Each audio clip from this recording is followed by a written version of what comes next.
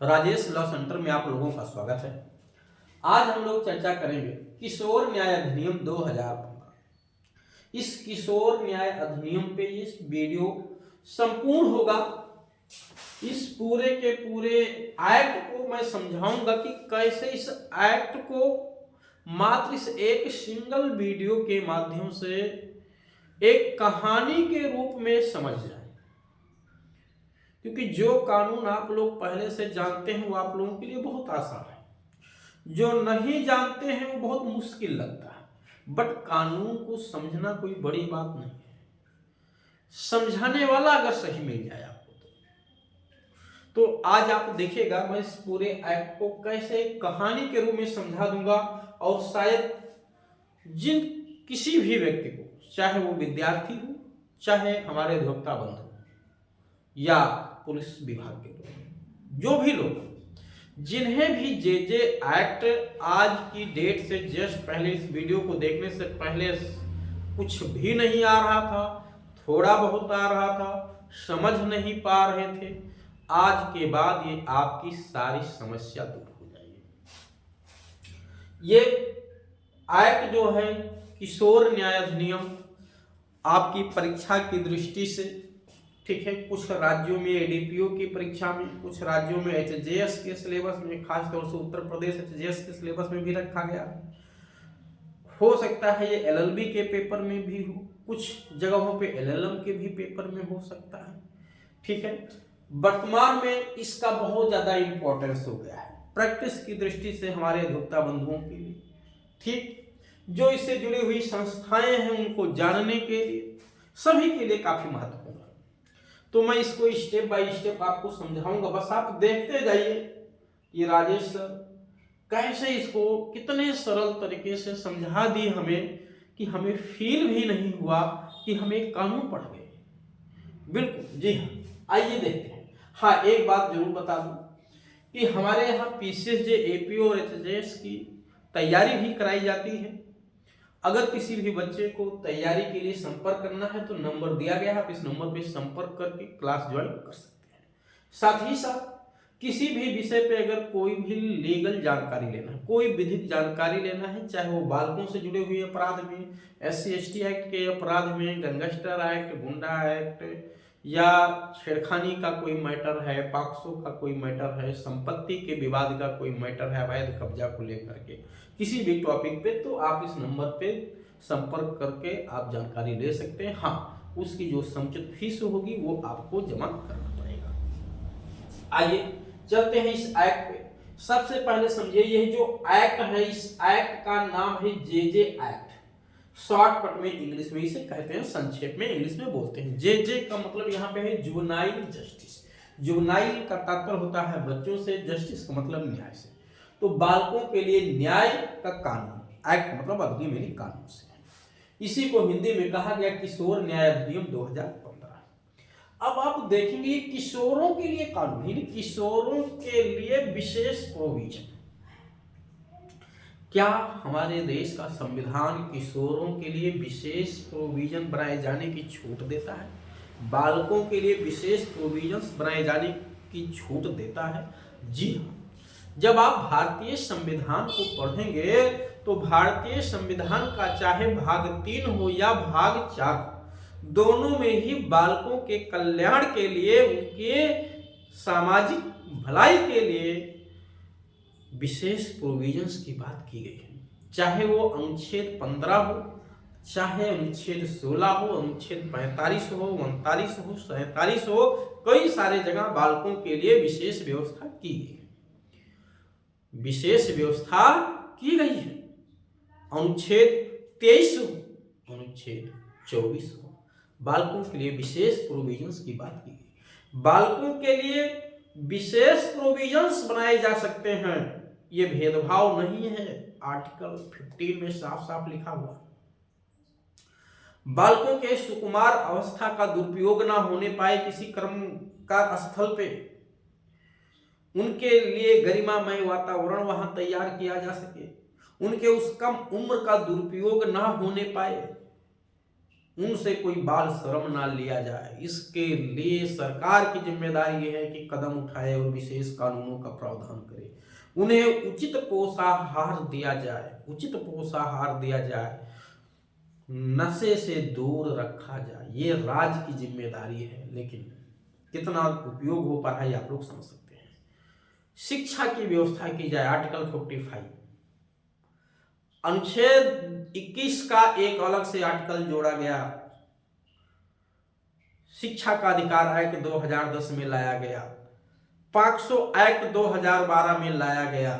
कई तरह के प्रोविजंस बालकों के कल्याण के लिए हैं। इन्हीं सब मद्देनजर जे एक्ट भी लाया गया 2015 में कि अगर कोई भी बालक जिसकी उम्र 18 साल से कम है, उसी को बालक कहा गया है। ध्यान दीजिएगा, बालक यहाँ किसे कहा गया है? जिसकी उम्र 18 साल से कम।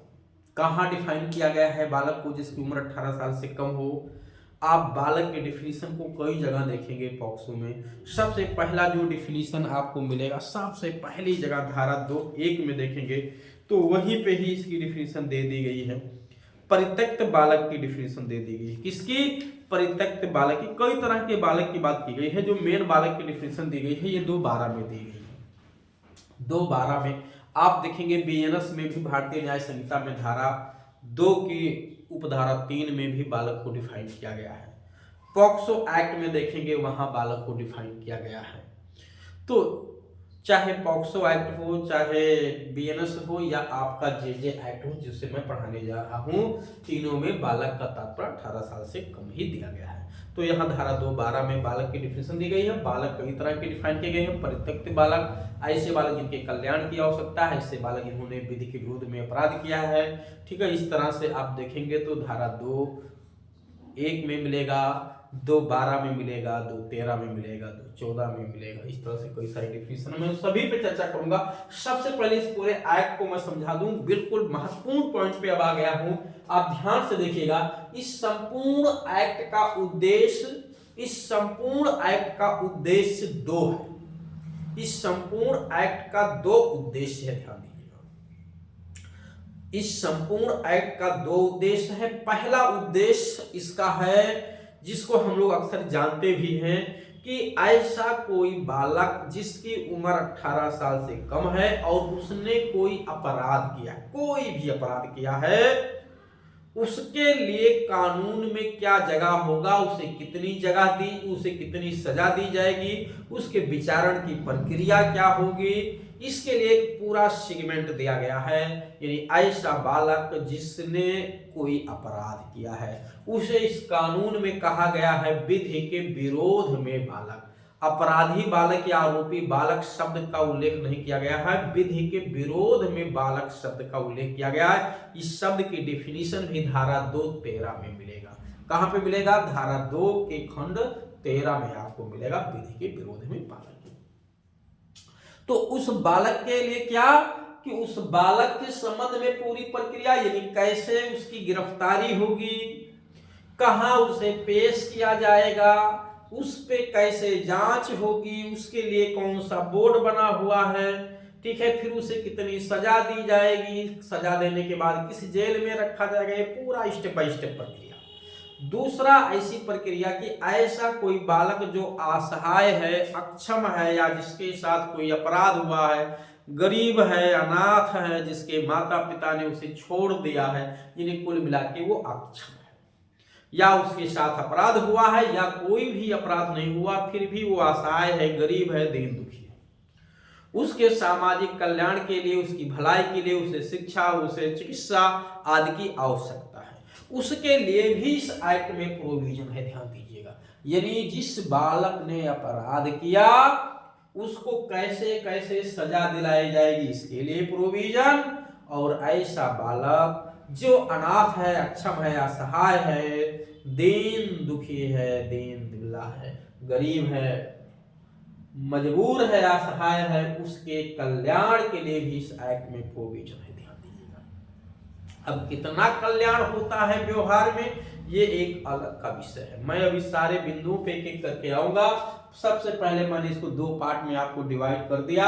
ऐसा बालक जिसने अपराध किया है, ऐसा बालक जिसने अपराध नहीं किया, या जिसके उसके साथ या तो अपराध हुआ या अन्यथा वो असहाय है। उसके लिए प्रोविजन। तो दो तरह से प्रोविजन हो गए। अब जो आप यहाँ चैप्टर्स देखेंगे, प्रारंभिक तो पूरे एक्ट का परिचय होता है, एक्ट में दिए गए कुछ शब्दों की परिभाषाएं होती हैं, तो प्रारंभिक तो इस पे निकल गया। उसके बाद 2 में सिद्धांत, 3 में किशोर परिषद, 4 में विधि के विरोध में बालक। ये चैप्टर 2, 3, 4, ये 2, 3, 4 जो चैप्टर हैं, सिद्धांत, किशोर न्याय परिषद, जिसको जे बोर्ड कहते हैं, किशोर न्याय बोर्ड कहते हैं, किशोर न्याय परिषद बोलते हैं, जो हर जिले में गठित हुआ आपको दिखेगा। और उसके संबंध में किशोर विधि के विरोध में पाए गए बालक के संबंध में प्रक्रिया पूरी की पूरी, ये आपको चैप्टर 2, 3, 4, ये जो 3 चैप्टर शुरू के हैं, इसी में उन बालकों की बात की गई जिन्होंने अपराध किया है। उनकी पूरी की पूरी प्रक्रिया लगभग 90% आपको चैप्टर 2, 3, 4 में मिल जाएगा। ठीक। उसके बाद जिस बालक ने अपराध नहीं किया है, या तो उसके साथ कोई अपराध हुआ है, या वो गरीब घर का है, माता पिता नहीं है, या है फिर भी असहाय हैं, इन्हें कुल मिला के अक्षम बालक, ऐसे बालकों के कल्याण के लिए, उनकी देख रेख के लिए, उनकी शिक्षा के लिए, उनकी चिकित्सा के लिए, उन्हें जरूरत पड़े तो किसी बच्चे को एडॉप्ट कराने के लिए, ठीक है, कोई दत्तक ले ले उनका, इन सब के लिए provision chapter 5, chapter 6, chapter 7, chapter 8, chapter 9 में किया गया है। 5 चैप्टर रखे गए हैं, 5, 6, 7, 8, ये 5 चैप्टर, और लास्ट में तो विविध है, ये विविध सभी पे लागू होता है। पहला चैप्टर, अंतिम चैप्टर सभी पे लागू होता है। बचा 8 चैप्टर, 8 में से शुरू के 3 चैप्टर अपराध करने वाले बालकों से जुड़ा हुआ है, और लास्ट के 5 चैप्टर, 5, 6, 7, 8, 9, ये उन बालकों से जुड़ा हुआ है जिन्हें कल्याण की आवश्यकता, जिनकी देखरेख की आवश्यकता है। ठीक। हाँ, अब ये जो मैं क्लासिफिकेशन किया हूं, जाहिर सी बात है कि कुछ थोड़े बहुत प्रोविजंस इधर के इधर भी जा सकते हैं, इधर के इसमें भी जा सकते हैं, बट बहुत थोड़े बहुत प्रोविजंस। ठीक है। बाकी मैं जो क्लासिफिकेशन कर दिया हूं, आप इसी दृष्टि से इस एक्ट को पढ़िएगा और समझिएगा, निश्चित तौर से इसमें कुछ भी नहीं है। अब आगे चलिए, सबसे पहले इसकी संरचना को देख लीजिए। इसमें टोटल 10 अध्याय हैं, 112 धाराएं हैं। ये 30/1/2016 से एक्ट लागू हुआ, यानी 30 जनवरी 2016 से एक्ट प्रारंभ हो गया है। उसके बाद यहाँ 4 पॉइंट मैंने लिखा है कि ये एक्ट का नेचर क्या लिखा, दांडिक, मौलिक एवं प्रक्रियात्मक विधि। ये दांडिक मौलिक विधि भी है, क्रिमिनल सब्सटेंटिव लॉ भी है, साथ ही साथ प्रोसीजर भी है। इसमें बहुत हद तक प्रोसीजर भी लिखा हुआ है, इस नाते प्रक्रियात्मक भी है। ये बात सही है कि एब्सोल्युटली प्रोसीजर नहीं लिखा हुआ है, तो जहां नहीं लिखा हुआ उतने पे बीएनएसएस लागू होगा, यानी जो पुरानी सीआरपीसी है। उसके बाद ये भूतलक्षी प्रभाव रखेगा। कैसा प्रभाव होगा इसका, प्रोस्पेक्टिव इफेक्ट होगा। जिस डेट से लागू हुआ उस डेट से ये प्रभावी होगा, बैक डेट से नहीं। दूसरा, ये समवर्ती सूची का विषय, यानी ये जो विषय है किस सूची का है, कॉन्करेंट लिस्ट का है, समवर्ती सूची का विषय, ये राज्य सूची या संघ सूची का विषय नहीं है। अतः इस पे राज्य सरकारें चाहें तो वो भी अपनी सुविधा अनुसार थोड़े बहुत संशोधन कर सकते हैं। और ये कैसी विधि है, विशेष विधि है, ध्यान दीजिएगा, ये जनरल विधि नहीं है, ये विशेष विधि है, विशेष आपराधिक विधि है, ध्यान दीजिएगा। विशेष दांडिक, मौलिक एवं प्रक्रियात्मक विधि इसको कह सकते हैं, स्पेशल लॉ है। ठीक। चलिए, अब मैंने क्या देखा कि टोटल 10 चैप्टर्स में ये बटा हुआ है। पहला एवं अंतिम चैप्टर जो प्रारंभिक और विविध है, ये दोनों चैप्टर एक कॉमन प्रोविजन बताते हैं। ठीक। उसके बाद शुरू के 3 चैप्टर 2, 3, 4 ये उन बालकों से जुड़े हुए हैं जिन्होंने अपराध किया है। जिन बालकों ने अपराध किया है कोई, उनसे जुड़े हुए प्रोविजन है। उसके बाद जो चैप्टर 5, 6, 7 और 8, 9 है, ये चैप्टर उन बालकों से जुड़ा हुआ है जिन्होंने कोई अपराध नहीं किया है, लेकिन वो असहाय है, गरीब है, दीन दुखी है, माता पिता नहीं है, अनाथ हैं, या माता पिता हैं फिर भी वो अक्षम, छोड़ दिए हैं अपने बच्चों को, ले जाके कहीं झाड़ झंखाड़ में फेंक दिए, कहीं पाए गए हैं बच्चे। उन सभी बच्चों के देखभाल और कल्याण के लिए, उनको पुनर्वासन, सामाजिक एकीकरण के लिए इसमें प्रोविजन किया गया है। उसके लिए एक बहुत बड़ी समिति के गठित की गई है जिसे कहते हैं बाल कल्याण समिति। ठीक, जिन बालकों ने, अब समझिए मैं समिति पे आ गया, जिन बालकों को देखभाल और संरक्षण की आवश्यकता है उसके लिए एक कमेटी बनी हुई है बाल कल्याण समिति। क्या कहते हैं? बाल कल्याण समिति, चाइल्ड वेलफेयर कमेटी। इस कमेटी में कितने मेंबर होते हैं, इस कमेटी का गठन कौन करती है, इसकी पूरी संरचना सेक्शन 27 में बताया गया है, धारा 27 में उल्लिखित है बाल कल्याण समिति। और ऐसे बालक जिन्होंने अपराध किया है, ऐसे बालकों के लिए जो सबसे बड़ी कमेटी बनी हुई है उसको कहते हैं जे बोर्ड। जे बोर्ड, किशोर न्याय परिषद, धारा 4। तो धारा 4 और धारा 27 बाल कल्याण समिति है, ठीक, और 4 किशोर न्याय परिषद जिसे जे बोर्ड या जुवेनाइल बोर्ड कहा जाता है। यह हर जिले में आपको जरूर मिलेगा, ध्यान दीजिएगा। प्रमुख तौर से हमारे जितने अधिवक्ता भाई हैं, अधिवक्ता बंधु हैं, ये सब लोग यहाँ अक्सर जाते रहते हैं अगर बालकों का मुकदमा उनके पास है तो। कहाँ पे? जे बोर्ड में। अब एक बात समझिएगा, जे बोर्ड भी है और एक किशोर न्यायालय भी है, चाइल्ड कोर्ट भी है। अब कुछ लोगों को चाइल्ड कोर्ट को ही वो उच्च, जो जे बोर्ड को ही चाइल्ड कोर्ट समझते हैं। नहीं नहीं, ऐसा नहीं है। चाइल्ड कोर्ट अलग है, जे बोर्ड अलग है। कब जे बोर्ड मामले को देखेगा, कब किशोर न्यायालय मामले को देखेगा, मैं सब स्टेप बाय स्टेप बताऊंगा। बट अभी सबसे पहले आपने देखा टोटल 10 चैप्टर हैं, 2 पार्ट में डिवाइड किया मैंने कि जिन बालकों ने अपराध किया है उनसे जुड़े हुए शुरू के 3 प्रमुख चैप्टर, जिन बालकों को कल्याण की आवश्यकता है, चाहे उनके साथ अपराध हुआ हो, अक्षम हो गए हो या अन्यथा वो असहाय है, उनके लिए चैप्टर 5, 6, 7, 8, 9 है।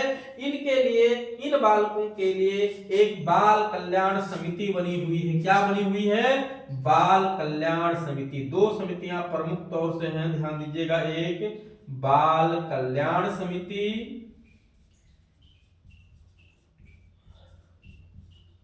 एक बाल कल्याण समिति जिसका गठन धारा 27 में होता है, और एक किशोर न्याय परिषद। क्या है? किशोर न्याय परिषद, जिसको जे बोर्ड भी कहा जाता है, ध्यान दीजिएगा। यह धारा 4 में इसका गठन किया गया है। तो अब हम लोग शुरू किधर से करें? जाहिर सी बात है, हम लोग पहले उन बालकों से शुरू करें जिन्होंने अपराध किया है। उसके लिए पूरा प्रोसीजर क्या है, क्योंकि अक्सर यही व्यवहार में लागू भी है। जिन बालकों के लिए अनाथ हैं, उनके कल्याण की जरूरत है, उनके लिए कानून केवल लिखा हुआ है, व्यवहार में कुछ लागू नहीं दिखेगा। ध्यान दीजिएगा, आप लोग खुद आते जाते हैं रोडों पे, सड़कों पे, राष्ट्रीय राजमार्गों पे, लखनऊ जैसे शहर हो, छोटे जिले हो या राजधानी हो, चाहे दिल्ली हो, मुंबई, महाराष्ट्र हो, महाराष्ट्र जैसा प्रदेश हो, ठीक है, या आपका मध्य प्रदेश हो या उसके भोपाल जैसे जिलों, कहीं भी आप देखेंगे जगह जगह पे बच्चों की एक बहुत बड़ी टोली भीख मांगने के लिए लगा दी जाती है। माता पिता भी वहां खड़े होते हैं, बच्चों से भीख मंगवाते हैं। ठीक, कभी कभी वो भीख मांगते मांगते, वो गरीब भीख मांगते मांगते इसी जे बोर्ड के जो अध्यक्ष हैं, जो इनके मेंबर हैं, इन्हीं से मांगने पहुंच जाते हैं, जिनकी जिम्मेदारी है, यही बाल कल्याण समिति के सदस्य जिनकी जिम्मेदारी है उन बालकों के कल्याण के लिए, उन्हीं से वो भीख मांगते हुए मिल जाते हैं और ये बेचारे मुंह छिपाते हुए निकल जाते हैं। क्या करेंगे? इनकी जिम्मेदारी है कि उन बालकों को वहां से उठाएं और उनके कल्याण के लिए जो इस एक्ट में प्रोविजन है उससे उनको लाभ दिलाएं। लेकिन सब व्यवहार में ऐसे हवा हवाई है अधिकतर चीजें। किताबों में बहुत सुंदर सुंदर चीजें लिखी हुई हैं, ध्यान दीजिएगा। ठीक है, आइए तो किशोर न्याय परिषद, किशोर न्याय परिषद में आप देखेंगे जो जे बोर्ड है, इसकी पावर, और इसके साथ एक और मिलेगा आपको, किशोर न्यायालय। क्या? किशोर न्यायालय, जिसको बालक न्यायालय भी कहते हैं। किशोर न्यायालय अदालत, बालक कोर्ट इसको कहते हैं। ये आपको डिफिनीशन मिलेगी 220 में। कहा 220 में इसकी डिफिनीशन दी गई है बालक न्यायालय की। अभी चलेंगे इस पे भी। सबसे पहले हम कुछ शब्दों की डिफिनीशन पे चर्चा करेंगे, क्योंकि अब हमें मेन फोकस मेरा इधर ही रहेगा। जिन बालकों ने अपराध किया, जिन बालकों से अपराध हो गया, उसी पे मेन फोकस रहेगा।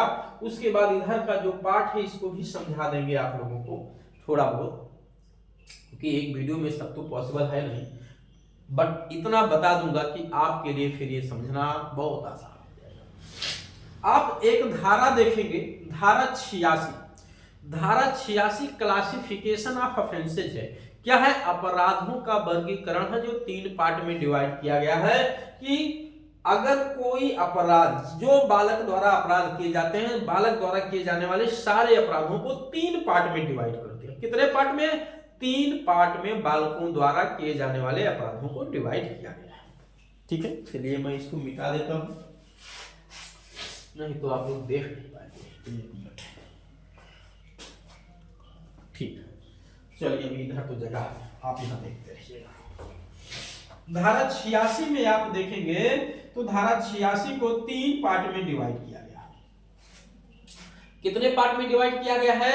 3 पार्ट में डिवाइड किया गया है। और सजा के आधार पे यहां अपराधों को लिख दिया गया है संज्ञेय, अजमानतीय,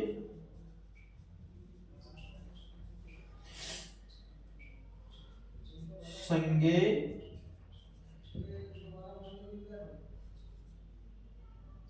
जमानतीय और असंज्ञेय और जमानतीय। इस तरह से देखेंगे 3 पार्ट में धारा 86 को बांट दिया गया।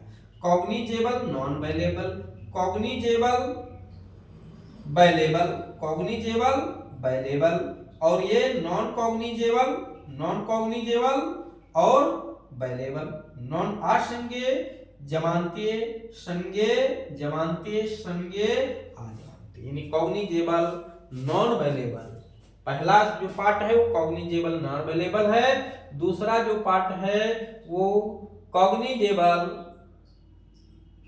और वेलेबल मिलेगा। क्या मिलेगा? वेलेबल मिलेगा। तीसरा part non cognizable, non available मिलेगा आपको, नॉन कॉग्निजेबल और वेलेबल मिलेगा। अब यहां सजा के आधार पर देखेंगे 7 वर्ष या उससे ऊपर के कारावास से दंडनीय जितने भी अपराध, 7 वर्ष से ऊपर के कारावास से दंडनीय जितने भी अपराध हैं, जिसमें मृत्यु या आजीवन कारावास, वो सबके सब कॉग्निजेबल नॉन वेलेबल बना दिया गया है। ठीक, 7 से कम और 3 वर्ष तक के लेकर के 3 से लेकर 7 के बीच वाले अपराधों को संज्ञेय और जमानतीय बना दिया गया है। जितना 3 से कम है उन सब को 3 वर्ष तक के कह लीजिए, अब 3 वर्ष से कम वालों को असंज्ञेय और जमानतीय बना गया। 3 वर्ष से कम के कारावास से दंडनीय कोई भी अपराध है तो वो क्या है? असंज्ञेय और जमानतीय। किस पर्पज के लिए? ये बंटवारा जो किया गया अपराधों का केवल और केवल इस एक्ट के प्रयोजन के लिए।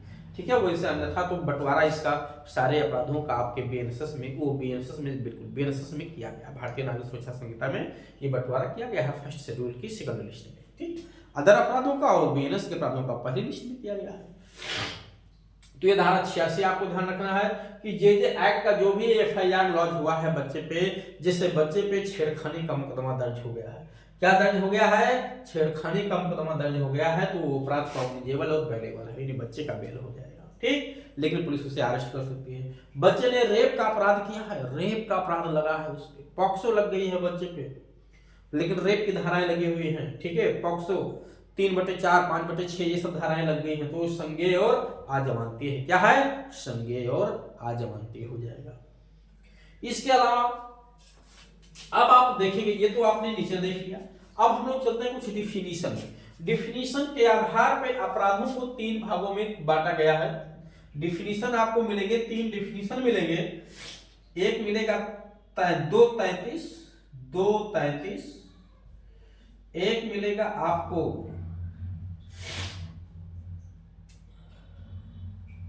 245 और एक मिलेगा आपको 255, 254, 254। ठीक, ये तीन डिफिनीशन 235, 245, 254, इसमें हीनियस ऑफेंस को डिफाइन किया गया। हीनियस ऑफेंस, गंभीर अपराध। 45 में पीटी ऑफेंस डिफाइन किया गया। 254 में घोर अपराध डिफाइन किया गया, गंभीर अपराध डिफाइन किया गया। सीरियस ऑफेंस 254 में क्या डिफाइन किया गया? सीरियस। 245 में कौन सा ऑफेंस है? PT offence. 233 में कौन सा है? Heinous offence. हीनियस मतलब सबसे गंभीर अपराध। ठीक, सबसे गंभीर अपराध का तात्पर्य जिसमें सजा 7 वर्ष से अधिक, मृत्युदंड या आजीवन कारावास, ऐसे अपराध को हीनियस ऑफेंस कहा गया। इस एक्ट में ध्यान दीजिएगा, अभी आगे बहुत महत्वपूर्ण प्रोविजन आपको समझना होगा। ऐसे अपराधों को हीनियस ऑफेंस कहा गया है जिसके लिए सजा 7 वर्ष से अधिक हो, जिसमें मृत्यु या आजीवन कारावास भी हो सकता है। ऐसे अपराध संज्ञेय और आजीवन के ही होते हैं, ध्यान दीजिएगा। उसके बाद जो पीटी ऑफेंस है, पीटी ऑफेंस मतलब सबसे छोटा अपराध।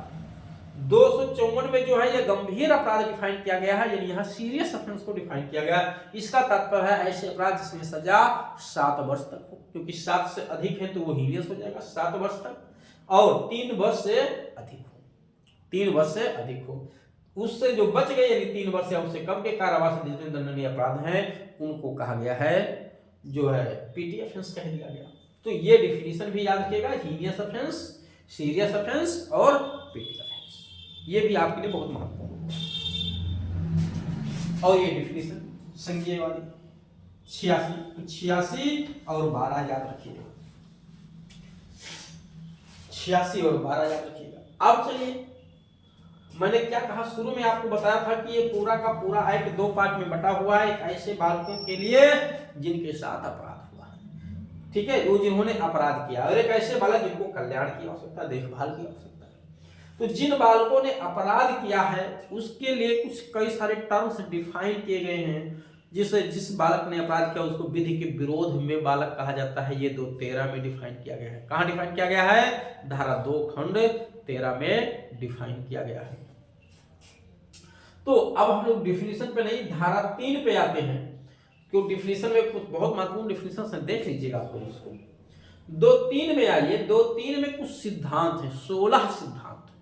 जैसे 16 संस्कार होते हैं व्यक्ति के, उसी तरह से 16 सिद्धांत दिए गए हैं। क्या सिद्धांत हैं? जैसे बालक द्वारा जब अपराध किया तो उसे निर्दोष होने की उपधारणा की जाएगी, उसे सुनवाई का पूरा अवसर दिया जाएगा, उसके प्राइवेसी को ध्यान में रखा जाएगा, उस पर किसी तरह का कोई बल प्रयोग नहीं होगा, फ्रेंडली माहौल तैयार किया जाएगा, उसको गरिमामय वातावरण में रखा जाएगा। इस सब तरह के 16 सिद्धांतों का उल्लेख 3 में किया गया। उसे सुनवाई का अवसर दिया जाएगा। ठीक, ये धारा 3 में 16 सिद्धांतों का उल्लेख किया गया है। उसके बाद धारा 4 में किशोर बोर्ड की बात की गई। क्या की गई है? किशोर बोर्ड की बात की है कि किशोर बोर्ड कौन होगा, किशोर बोर्ड में कौन बैठेगा। तो किशोर बोर्ड 3 सदस्यों से मिलकर बनता है, ध्यान दीजिएगा। किससे? 3 सदस्यों से मिलकर के किशोर बोर्ड बनता है, जिसमें एक फर्स्ट क्लास मजिस्ट्रेट होता है, महानगर क्षेत्रों में महानगर मजिस्ट्रेट। बट अब तो महानगर मजिस्ट्रेट का पोस्ट ही देश से खत्म कर दिया गया, तो केवल उनके लोग फर्स्ट क्लास मजिस्ट्रेट होगा, 2 सामाजिक कार्यकर्ता होंगे। जो फर्स्ट क्लास मजिस्ट्रेट को किशोर न्यायिक परिषद का अध्यक्ष बनाया जाता है, ये अध्यक्ष होते हैं, इनके कम से कम 3 साल का अनुभव होना चाहिए। और जो सामाजिक कार्यकर्ता होते हैं इनको कुछ दशाओं में 7 साल का अनुभव होना चाहिए, या कुछ दशाओं में केवल कुछ विशेष डिग्रियां अगर इनके पास हैं तो ये सामाजिक कार्यकर्ता के हैसियत से किशोर न्याय परिषद का सदस्य बनाया जा सकता है। ये बनाने की जिम्मेदारी राज्य सरकार की होती है। प्रत्येक जिले में किशोर न्याय परिषद का गठन कम से कम किया जाता है, आवश्यकता अनुसार अधिक भी किया जा सकता है। चलिए, अब मैं आपको बता दूं कि अगर कोई बालक अपराध करता है तो सबसे पहले क्या किया जाएगा। अगर वो बालक अपराध किया है तो सबसे पहले पुलिस उसे पकड़ने के लिए दौड़ेगी। ये भाई FIR आप जाके थाने पे लॉन्च कराएंगे, FIR निश्चित तौर से लॉन्च हो जाएगा। अगर अपराध किया है, संज्ञेय कॉग्निजेबल ऑफेंस किया है धारा 86 के अकॉर्डिंग, तो वो अरेस्ट हो जाएगा। अरेस्ट होने के बाद क्या क्या स्टेप अपनाया जाता है, तो मैं पहले उस कहानी को बता दूं, या कहिए पहले धारा को बता दूं। तो मैं पहले उस कहानी को बता दूं जिससे आपको थोड़ा रोचक हो जाए। जैसे समझिएगा, ये एक पुलिस स्टेशन है, किसी व्यक्ति ने इस पुलिस स्टेशन की अधिकारिता के भीतर बालक ने अपराध किया।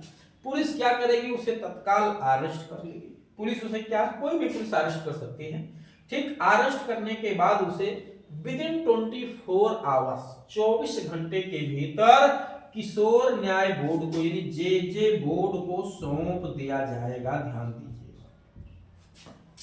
लेकिन तो 24 घंटे कहां रखा जाएगा, किसके अभिरक्षा में होगा? तो तुरंत यहाँ पे जो विशेष किशोर पुलिस यूनिट है या जो है किशोर पुलिस इकाई, ठीक है, बाल किशोर पुलिस इकाई या विशेष किशोर पुलिस यूनिट जो है उसकी अभिरक्षा में ये रहेगा। वही जो भी पूछताछ करना होगा करेगा, बट उसे हवालात में यानी जेल या हवालात में नहीं रखा जाएगा। बालक को ध्यान रखिएगा, उस 24 आवर्स भी पुलिस अपने पास तो रख सकती है पूछताछ के लिए, लेकिन उसे जेल या हवालात में यानी थाने पे या उसे जेल में नहीं रखा जाएगा। ठीक, उस दौरान भी पुलिस भी उसे जमानत पे छोड़ सकती है और नहीं छोड़ेगी तो उसे जे बोर्ड के सामने बालक को पेश किया जाता है। ध्यान रखिएगा, 24 घंटे के भीतर बालक को जे बोर्ड के सामने पेश कर दिया जाएगा। अगर बालक को गिरफ्तार किया गया है या बालक खुद वहां पे आ गया है, अभिरक्षा में आ गया है। यहाँ गिरफ्तार किया गया शब्द का भी उल्लेख इंग्लिश में अरेस्ट नहीं मिलेगा। ध्यान दीजिएगा, यानी बालकों के लिए अरेस्ट शब्द का यूज नहीं किया गया है। ठीक है, अब क्या किया जाएगा? अगर बालक को बेल बोर्ड भी दे सकती है, बोर्ड के सामने पेश किया गया तो बोर्ड भी जमानत पे छोड़ सकती है या पुलिस इकाई भी उसे जमानत पे छोड़ सकती है। अब कब जनरल नियम यह है कि ये बेल पे छोड़ने का जो प्रोविजन है ये धारा 12 में है। कहां पे है?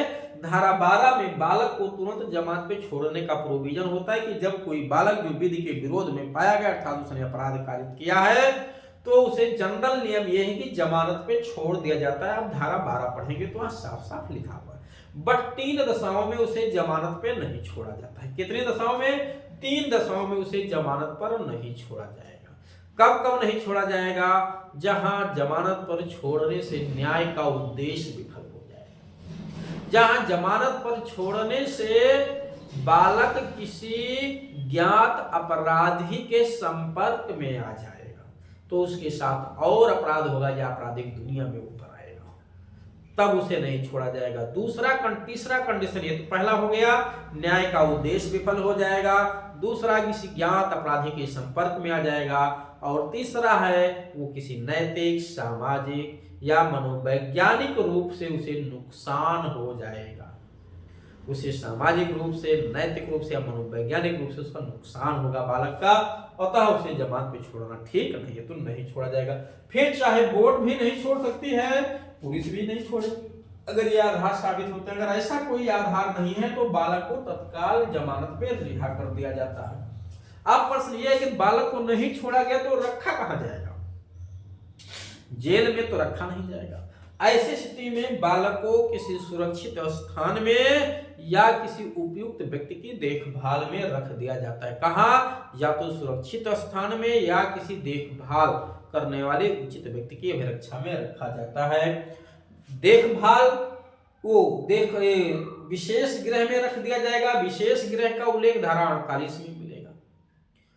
संप्रेक्षण हाउस में रखा जा सकता है, धारा 47 में बताया गया है। उचित व्यक्ति की अभिरक्षा में भेजा जा सकता है, धारा 51 में बताया गया है। उचित स्थान पे रखा जा सकता है, धारा 52 में बताया गया है, बट जेल में नहीं रखा जाएगा। बालक ध्यान दीजिए। अब क्या होगा? कुल मिलाकर के बालक ने अपराध किया, ठीक है, बालक को किसी अपराध के आरोप में गिरफ्तार कर लिया गया, चाहे वो जेल पे बाहर आ गया हो या जेल के अंदर हो, ठीक है। जेल में तो रखा नहीं जाएगा, जहां भी उचित स्थान पर रखा जाएगा। अब बोर्ड को तो इसकी सूचना भी दे दी गई है, चाहे 24 घंटे के भीतर उसके सामने पेश ही कर दिया गया। अब बोर्ड क्या करेगी? बोर्ड की क्या जिम्मेदारी है? बोर्ड की जिम्मेदारी यह है कि बोर्ड उसकी जांच करेगी। क्या करेगी? जांच करेगी। इसके ऊपर जो आरोप लगे हुए हैं बालक के ऊपर, उसकी बोर्ड यानी जे बोर्ड जांच करती है, और जांच के दौरान वहां मित्रवत माहौल तैयार किया जाएगा। बालक के माता पिता को उपस्थित रहने के लिए कहा जाएगा, उसे पूरा सुनवाई का अवसर दिया जाएगा, ठीक है। ये सारी चीजों को ध्यान में रखते हुए बोर्ड इसकी जांच करती है और जांच में अगर आरोप गंभीर हैं तो समन मामले की प्रक्रिया अपनाई जाती है। अगर जांच में आरोप गंभीर नहीं तो संक्षिप्त मामले की प्रक्रिया अपनाई जा सकती है, यानी समरी प्रोसीडिंग अपना करके जांच पूरी की जा सकती है। किस बात की जांच? इस बात की जांच कि बालक ने जो अपराध किया है कि नहीं, और किया है तो वो कौन सी परिस्थितियां थी, उस अपराध की गंभीरता क्या थी, बालक की मनोवैज्ञानिक दशा क्या थी, उसके सोचने समझने की क्षमता क्या थी, उसकी शारीरिक परिपक्वता कितनी थी, इन सब चीजों की जांच की जाती है। किसके द्वारा? बोर्ड के द्वारा। जांच की कौन सी धारा है? धारा 14 में जांच होती है, ध्यान दीजिएगा। 14 में जांच की जाती है। जांच बोर्ड ने कर लिया, उसी दौरान उम्र की समस्या पैदा हो गई कि साहब इसकी उम्र ही कम है, या कोई कह रहा है इसकी उम्र ज्यादा है, मेजर है, तो अब प्रथम दृष्टया बोर्ड इसकी भी जांच करता है। ये धारा 94 में उम्र का निर्धारण होता है, ध्यान दीजिए। कहां पे? धारा 94 में उम्र का निर्धारण बालक के किया जाता है। उम्र के निर्धारण में 3 मानक हैं। सबसे पहले बोर्ड उसकी शारीरिक बनावट को देखेगी। अगर उसकी शारीरिक बनावट से लग गया कि यह बालक है तो फिर किसी और जांच की आवश्यकता नहीं है। अगर शारीरिक बनावट से बात स्पष्ट नहीं हो पाई कि वह व्यक्ति बालक है तो उसकी सबसे पहले उसका सर्टिफिकेट मांगा जाता है। क्या? सर्टिफिकेट मांगा जाता है। कागज हाई स्कूल का या कक्षा 8 का अगर कोई मार्कशीट है तो उससे उसका जो है उम्र निर्धारण किया जाएगा। जो लिखा होगा वही मान्य होगा। ध्यान दीजिएगा, यहाँ आधार कार्ड, मतदान पत्र, ड्राइवरी लाइसेंस ये सब नहीं मान्य है। क्या मान्य है? उसकी मार्कशीट, चाहे हाई स्कूल की हो या इंटर की।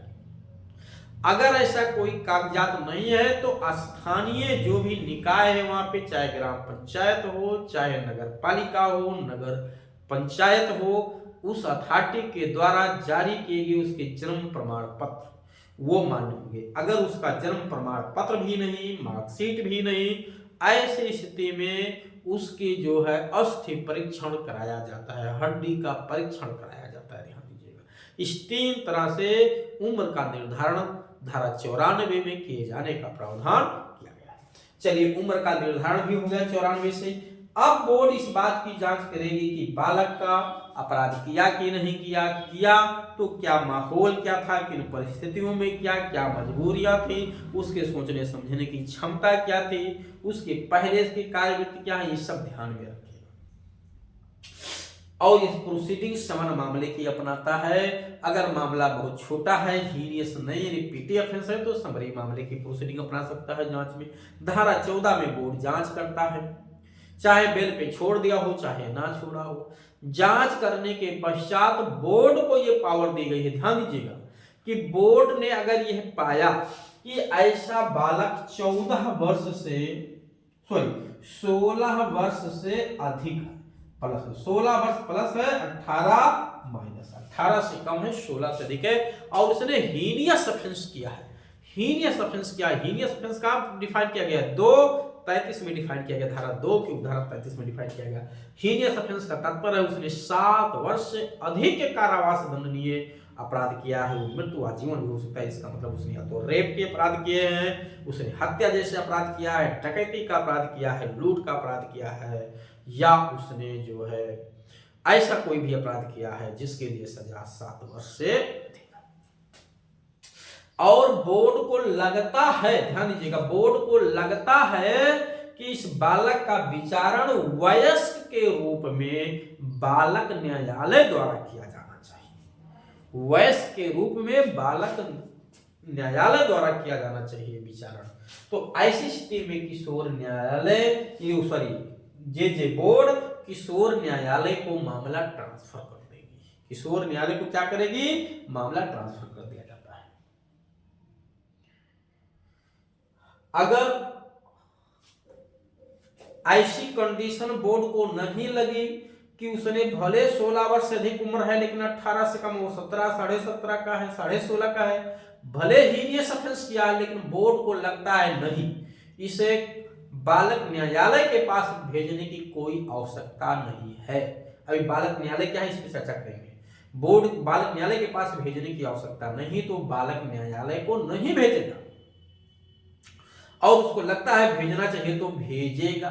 ठीक, अब अगर नहीं भेजेगा तो क्या होगा, या उसने 16 वर्ष से अधिक उम्र तो है लेकिन हीनियस ऑफेंस नहीं किया है, या उसकी उम्र 16 वर्ष से कम है, तो चाहे हीनियस हो या सीरियस हो या पिटी ऑफेंस किया हो, ऐसी स्थिति में बोर्ड अब क्या करेगी, जांच में बोर्ड ने तो पाया, बस बोर्ड का ये विचार है कि उसे हीनियस ऑफेंस के लिए वयस्क के रूप में, उसका ट्रायल वयस्क व्यक्ति के रूप में किया जाए, वो बालक न्यायालय को भेजना उचित तो नहीं है। तब बोर्ड क्या क्या कर सकते हैं, दोषी होने के बाद, यानी आरोप करने के, अपराध किए जाने के बाद भी बोर्ड को ये पावर है धारा 18 में कि बोर्ड चाहे तो उसे छोड़ सकती है डांट डपट के। ध्यान दीजिएगा, अपराध करने के बाद भी बालक के द्वारा बोर्ड को इतनी बड़ी पावर है कि बोर्ड उसे डांट डपट के छोड़ सकती है। बोर्ड उसे प्रोबेशन पे अधिकतम 3 साल तक के लिए छोड़ सकती है। बोर्ड उसके माता पिता से जुर्माना लेकर के उसे छोड़ सकती है। इस तरह से बोर्ड को पावर दिया गया है। बोर्ड को इस तरह से पावर दिया गया है कि इस तरह से भी बोर्ड उसे छोड़ सकती है बालक को। दूसरा, अगर बोर्ड ने ये निर्धारित कर दिया, प्रारंभिक निर्धारण जो धारा 15 है कि इस व्यक्ति का विचारण वयस्क व्यक्ति के रूप में किशोर न्यायालय द्वारा किया जाना चाहिए, तो धारा 18(3) में किशोर न्यायालय को सुपुर्द कर दिया जाएगा कि इसका ट्रायल किशोर न्यायालय के रूप में किया जाए। अब प्रश्न ये कि अगर किशोर न्यायालय के रूप में उसके ट्रायल को भेज दिया गया तो किशोर न्यायालय को क्या पावर है। किशोर न्यायालय चाहे तो बालक को डांट डपट के छोड़ दे, उसको लगता है कि इसका सजा देना इसे ठीक नहीं है तो वो भी डांट डपट के छोड़ सकता है, भले उसने मर्डर या रेप जैसे अपराध किए हैं। तो क्या हुआ, उसे डांट डपट के छोड़ सकते हैं, या उसे प्रोबेशन पे छोड़ सकते हैं, उसे जुर्माना लेकर के घर वालों से उसे छोड़ा जा सकता है, उसे उचित देखभाल स्थान में भेजा जा सकता है। ये सब बोर्ड को पावर, ये किशोर न्यायालय को भी पावर दिया गया है। और किशोर न्यायालय चाहे तो सजा सुना करके भी उसे भेज सकता है उचित स्थान में या जेल में, जैसा भी बोर्ड चाहे, न्यायालय चाहे वो भी कर सकता है। ठीक, अब प्रश्न ये कि यहाँ कुछ धाराएं हैं जिनका जिक्र मैं करूंगा, स्टेप बाय स्टेप। अगर धारा आप देखोगे तो ज्यादा समझ में आएगा। ठीक है, जैसे धारा 1 से लेकर के 1 2 3 4 5 6 7 8 9 10 11 12 13 14 15 16 17 18 19 20 21 22 23 24 25 26 ये सब धाराओं पे चर्चा करेंगे। पहली धारा तो सामान्य है, प्रारंभिक है, अधिनियम का नाम विस्तार है, 2 में डेफिनेशन है। ठीक है, धारा 3 में किशोरों के लिए कुछ सिद्धांतों का उल्लेख किया गया है। क्या सिद्धांतों का उल्लेख किया गया है? 16 सिद्धांत हैं जिनका अनुपालन करना बोर्ड के द्वारा जरूरी है, या जो भी संस्था इस एक्ट के तहत गठित की गई है, जब भी वो अपने शक्तियों का, अपने कर्तव्यों का पालन करेंगे तब वो इन 16 सिद्धांतों का अनुपालन करेंगे। 4 में किशोर न्याय बोर्ड का उल्लेख किया गया है। जे बोर्ड का गठन धारा 4 में, जिसमें 3 सदस्यीय समिति होती है, जिसमें फर्स्ट क्लास मजिस्ट्रेट होता है जो उसका अध्यक्ष होता है। धारा 5 और 6 ये समझना है। अगर बालक अपराध तो जिस समय किया उस समय अंडर 18 ईयर्स था, लेकिन जांच के दौरान वो मेजर हो गया, जांच के दौरान मेजर हो गया, हो ही जाएगा। हमारे यहाँ जांच प्रक्रिया इतनी लंबी है कि मेजर हो ही जाएगा, वयस्क हो जाएगा तो कोई फर्क नहीं पड़ेगा, उस पे प्रोसीडिंग वैसे ही की जाएगी, मानो वो भी माइनर ही है। ठीक, प्रक्रिया चालू रखी जाएगी। 7 में कहा गया है कि जिस समय उसने अपराध किया था उस समय माइनर था, लेकिन जब गिरफ्तार करके लाया गया तब वो वयस्क हो चुका था, तो भी उसे बालक समझा जाएगा। ध्यान दीजिए, क्या समझा जाएगा? बालक समझा जाएगा। यहाँ डीम्ड बालक का उल्लेख किया गया है 7 में, ध्यान रखना। कहां पे? 6 में। 6 में डीम्ड बालक का उल्लेख किया गया है। साथ में आप देखेंगे बोर्ड जो गठित किया गया, जे बोर्ड गठित किया गया, उस बोर्ड का प्रोसीजर दिया गया है। साथ में बोर्ड अपनी बैठक कैसे करेगी, कैसे फैसला लेगी, कितने सदस्यों के बहुमत से लेंगे, महत्वपूर्ण फैसलों पे बोर्ड के सभी सदस्यों की सहमति जरूरी होता है। सामान्य बैठकों में अब कोई भी मेंबर एब्सेंट है तो भी प्रक्रिया विधिमान नहीं समझी जाती है बैठक की। ठीक। 8 में बोर्ड की पावर दी गई है, बोर्ड का फंक्शन दिया गया है, बोर्ड की रिस्पॉन्सिबिलिटी दी गई है। बहुत महत्वपूर्ण है धारा 8, ध्यान दीजिएगा। धारा 9, ऐसे न्यायालय द्वारा कार्य किया जाना जिसको अधिकारिता नहीं है, छोड़िए इसको। 10 में बालक की गिरफ्तारी है। क्या है? जब कोई बालक अपराध करता तो उसकी गिरफ्तारी धारा 10 में। गिरफ्तार किया जाएगा, फिर कहाँ रखा जाएगा? वो 11 में। जहां भी कहीं रखा जाएगा, किसी सुरक्षित स्थान में रखा जाएगा, उस सुरक्षित स्थान में नियुक्त व्यक्ति की जिम्मेदारी होगी कि वो उस बालक की देखभाल वैसे ही करे जैसे यदि उसके माता पिता होते तो करते। यानी माता पिता जैसे देखभाल करने की जिम्मेदारी उस संस्था पे डाली गई है जहां पे बालक को गिरफ्तार करके रखा जाएगा, चाहे वो ऑब्जर्वेशन हाउस हो, चाहे वो सुरक्षित स्थान हो, या वो विशेष स्थान हो, या वो कोई उपयुक्त व्यक्ति या संस्था के पास हो। ठीक। 11। 12 में बालक को बेल देने की बात है। गिरफ्तारी 10 में होती है, अभिरक्षा 11 में है, 12 में बेल है। 12 में उसे जमानत पे छोड़ने की बात है। और यहीं पे लिखा कि सामान्यतः जब बालक को किसी भी मामले में गिरफ्तार किया जाता है तो उसे जमानत पे छोड़ दिया जाएगा, सिवाय 3 दशाओं के, जब वो किसी ज्ञात व्यक्ति, ज्ञात अपराधी के जो है संपर्क में आ जाए, या उसकी नैतिक, सामाजिक या मानसिक रूप से, उस मनोवैज्ञानिक रूप से उसका आघात पहुंचेगा, या न्याय का उद्देश्य विफल हो जाएगा। इन 3 दशाओं के सिवाय उसे बेल पे छोड़ दिया जाता है। 12। 13 में कहा गया है कि जब बालक को अरेस्ट किया जाएगा तो उसके माता पिता को भी इसकी सूचना दी जाएगी, माता पिता को सूचना दी जाएगी। ठीक है। 14 में प्रारंभिक जांच होता है। बोर्ड के द्वारा प्रारंभिक जांच किया जाता है कि बालक पे केस आगे चलाया जाए या ना चलाया जाए, छोड़ दिया जाए, डांट डपट के छोड़ दिया जाए, जुर्माना भरा लिया जाए, या किसी और न्यायालय को सुपुर्द किया जाए ट्रायल करने के लिए। सारा जांच बोर्ड कहाँ करता है? 14 में। ये जांच 6 महीने के भीतर पूरी हो जानी चाहिए हर हालत में, ध्यान दीजिएगा। 4 महीने का जनरल टाइम है, 2 महीना इससे और एक्सटेंड किया जा सकता है। उसके बाद 15 में एक प्रारंभिक निर्धारण होता है, बहुत महत्वपूर्ण धारा है। प्रारंभिक निर्धारण का मतलब यह है कि क्या बालक जिसकी उम्र 16 साल से अधिक है, वयस्क के रूप में उसके ऊपर जो जघन्य अपराध का आरोप है, ट्रायल करने के लिए बालक न्यायालय को भेजा जाए या ना भेजा जाए। ये निर्धारण 3 महीने के भीतर पूरा किया जाना चाहिए। बट अभी 2024 में सुप्रीम कोर्ट ने केस में, ठीक है, माता बनाम कर्नाटक राज्य के केस में कहा कि ये 3 महीना कोई मैंडेटरी नहीं है। उसके बाद अगर 15 में भेज दिया गया तो प्रारंभिक निर्धारण करके कि उसको बालक न्यायालय द्वारा ट्रायल किया जाए तो बालक न्यायालय ट्रायल करेगा। ठीक है। उसके बाद ट्रायल करने के बाद क्या होगा? वो जांच करने के बाद या तो उस पर अपराध का आरोप बन रहा होगा या नहीं बन रहा होगा। नहीं बन रहा है 17 में छोड़ दिया जाएगा।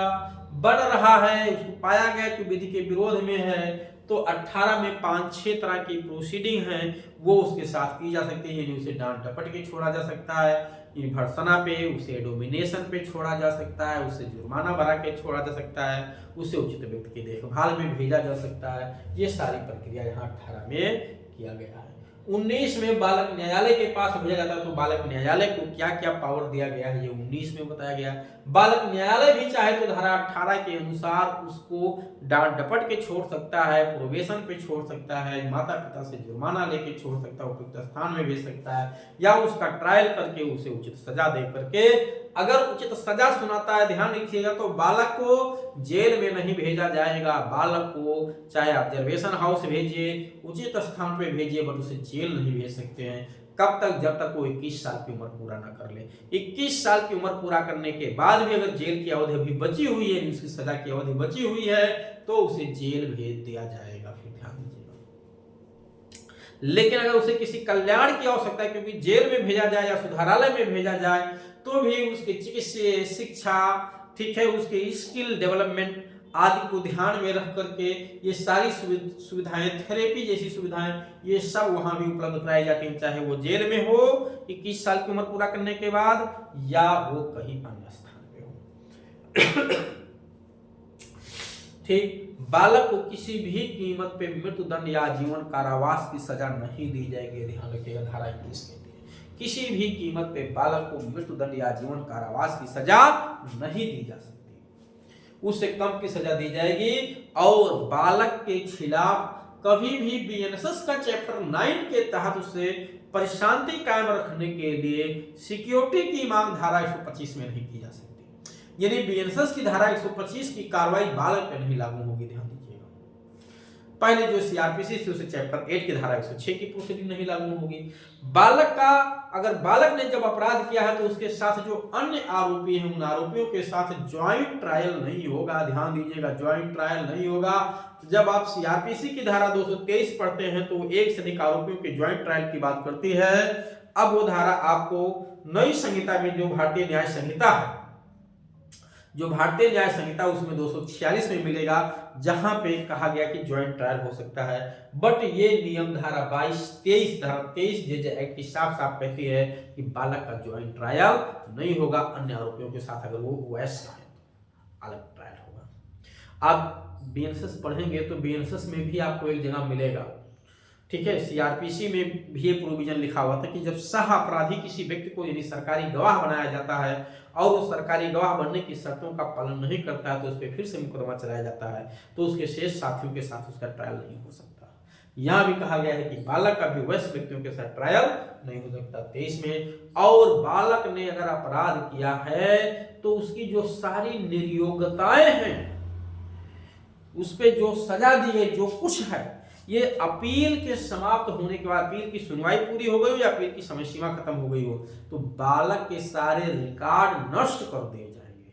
उस पे किसी तरह की कोई डिसेबिलिटी नहीं लागू होगी, कोई निर्योग्यता उपगत नहीं होगी, यानी निर्योग्यता नहीं होगी। वो कैसे कहीं नौकरी नहीं कर सकता, पासपोर्ट नहीं बन सकता, ऐसी कोई निर्योग्यता बालक पे लागू नहीं होती। बट एक अपवाद है कि अगर उसे हीनियस ऑफेंस के लिए जेजे बोर्ड ने रिकमेंड कर दिया धारा 15(3) में कि इसका ट्रायल धारा 18 के अनुसार, धारा 19 के अनुसार जो है वयस्क व्यक्ति के रूप में किया जाए, तब और वयस्क व्यक्ति के रूप में उसका ट्रायल बालक न्यायालय ने किया तो उस पे जो भी कन्विक्शन होगा वो निर्योग्यता का आधार बनेगा। ध्यान रखिएगा, ठीक। तो ये धारा 24 में लिखा हुआ मिलेगा।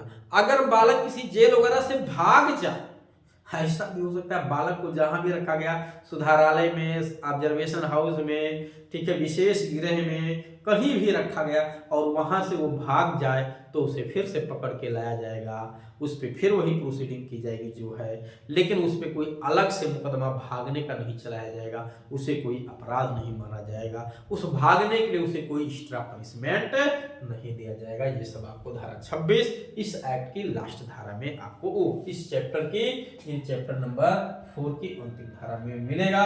और 27 में आप देखेंगे तो यहाँ तो बाल कल्याण समिति की बात की गई है, ठीक है। यहाँ से उन बालकों के लिए प्रोविजन शुरू होते हैं जो असहाय हैं, अक्षम हैं। तो इस तरह से आपने देखा कि ये किशोर न्याय अधिनियम किस तरह से बालकों पे काम करता है। एक बोर्ड होता है जो किशोर न्याय है, ठीक है। जब आप धारा 220 पढ़ेंगे तो वहां किशोर न्यायालय का मतलब है, 220 में किशोर न्यायालय का मतलब है कि अगर किसी जिले में किशोर न्यायालय गठित हुआ है तो उस किशोर न्यायालय में मुकदमा चलेगा। जब बोर्ड रिकमेंड करेगी तब, अपने मन से किशोर न्यायालय में मुकदमा नहीं चलता, ध्यान दीजिएगा। जब बोर्ड रिकमेंड करेगी तब, वो भी रिकमेंड कब करेगी, जब उस व्यक्ति का उम्र, इन बालक की उम्र 16 साल से अधिक हो, 18 से कम हो और उस पर हीनियस ऑफेंस करने का आरोप हो। और हीनियस ऑफेंस डिफाइन है 233 में, ध्यान दीजिएगा, जिसमें लिखा है कि 7 वर्ष से अधिक कारावास दंडनीय अपराध का आरोपी हो। तो यहां अगर कहीं बालक न्यायालय नहीं गठित है तो पाक्सो कोर्ट अगर बना है तो उस पाक्सो कोर्ट को दे दिया जाएगा ट्रायल करने के लिए, या एक और एक स्पेशल एक्ट है 2005 के तहत बालकों से जुड़ा हुआ, उसके तहत कोई कोर्ट बना हुआ तो उसको दे दिया जाएगा। अगर कोई स्पेशल कोर्ट 2005 के तहत नहीं, कोई पॉक्सो कोर्ट नहीं, कोई बालक न्यायालय अलग से नहीं है, तो जो जिला न्यायालय होगा उस जिले में उसको ये मामला दे दिया जाएगा सुनवाई करने के लिए। अब बहुत कम ही मामले पॉक्सो ये बालक न्यायालय में जाते हैं, नहीं तो सारे के सारे मामले सब जे बोर्ड में ही सुनवाई करके खत्म कर दिए जाते हैं। जे बोर्ड कभी रिकमेंड ही नहीं करता व्यवहार में कि इसका बालक न्यायालय द्वारा ट्रायल हो, बहुत कम रिकमेंड करता है, ध्यान दीजिएगा। सारे मामले का ट्रायल सब बालक न्यायालय ही जे बोर्ड ही कर देता है, क्योंकि जे बोर्ड को यह असीमित पावर मिली हुई है, बहुत पावर मिली हुई है जे बोर्ड को। तो उम्मीद है कि ये प्रोविजंस आप लोगों को निश्चित तौर से समझ में आया होगा। अगर इसमें जो कुछ चीजें रह गई हैं जैसे बालकों के कल्याण के लिए, इस पे भी कोई वीडियो ला करके मैं अलग से आप लोगों को समझाने की कोशिश करूंगा। बट उम्मीद है कि अगर आप इस वीडियो को देखेंगे तो निश्चित तौर से आपको समझ में इसके प्रोविजन